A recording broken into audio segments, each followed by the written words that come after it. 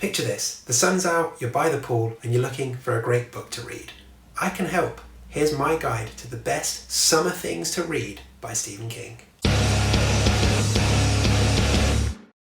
everyone, welcome to my channel. I'm Dave Musson, at Dave Musson on Instagram, and this is the place where I talk Stephen King and take you through his works in chronological order, giving you 19 reasons to read each one.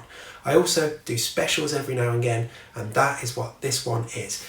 If you'd like more videos about Stephen King, then click around my channel, hit subscribe so you don't miss any in the future, and yeah, maybe I don't know what I'm going to say next. Fun. Should I delete that?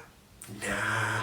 This video is another of my seasonal specials, as was suggested by Fionn Kerwin a while ago. I've already done my spring special, and now 3 months on, it's time for the summer version. So I'm going to go through a few selections from Stephen King's bibliography that are great to read at this time of year. But I'm always keen to hear your suggestions, so if you've got something that is your go-to King book in the summer, let me know in the comments, as I'd love to hear it. And this video is also going to be spoiler free, so you can stick around all the way through. Slap on that sunscreen, because it's time to get into it. Starting off with It.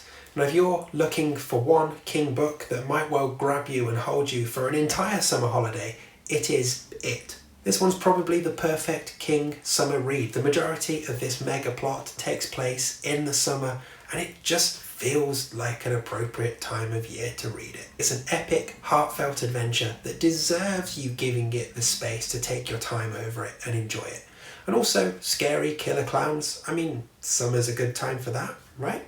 Next, The Girl Who Loved Tom Gordon. Now if you want something a bit breezier than It, then this is the one for you. And also, it takes place while baseball is happening, which apparently is a summer thing. If you wanted, you could probably whiz through this in one sitting with a couple of drinks by your side. But if you wanted to break it up, then maybe go for a little walk by yourself in between reading bits of this. Just make sure you stick to the path, because you don't want to end up like Trish in this one. So next up, The Outsider. Now I know over the summer a lot of people like to be hooked into a particular mystery when they're perhaps by the pool or maybe on a flight to somewhere nice and exotic. The Outsider does that brilliantly. First half is this true crime epic that then spawns into something with some supernatural leanings and a load of juicy good stuff. Now, I won't say too much because we haven't reached this one on the channel yet, but it's well worth a look over the summer. It's got Holly Gibney in it, and even that isn't a bad thing. This one, definitely worth it. So next, if you're thinking of taking some time over the summer to ponder some of life's big questions, then make sure you've got Desperation packed in your bag. This is quite the epic, and it is hot and sweaty and dusty because it's set in the desert too. The violence and horror in this one will shock you to the core, while the hammering of religion around you from all sides will also really unnerve you. It's quite the sensory overload, but it's also something of a spectacular summer blockbuster and well worth spending some time with. So next up, Joyland, and after It, this is probably my choice for the best King summer read. It's another one set in the summer, and you are surrounded in this by thrills, spills, beautiful people, and weird mysteries. It's just a terrific story, and probably the best of his hard case crime efforts. So next, if you're looking to crank up the heat and just sweat it out, Cujo. Cujo is what you need. With Cujo, you can get trapped in a broken down car in the middle of a heat wave with no air conditioning while a rabid St. Bernard is outside trying to get in and kill you.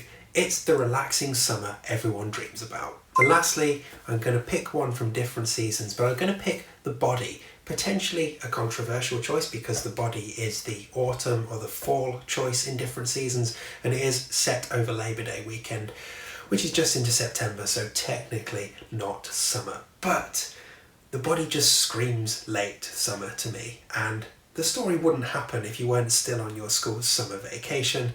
And I think it's also aided in some way by the glorious sunny vibes of Stand By Me, the movie adaptation of this. But this is a summer story. Come on, it really is. It's a coming of age, it's about friendship, it's an epic adventure, and it's just wonderful to read over this time of year. And it gives you a perfect excuse to go and watch Stand By Me again, another great summer movie to watch.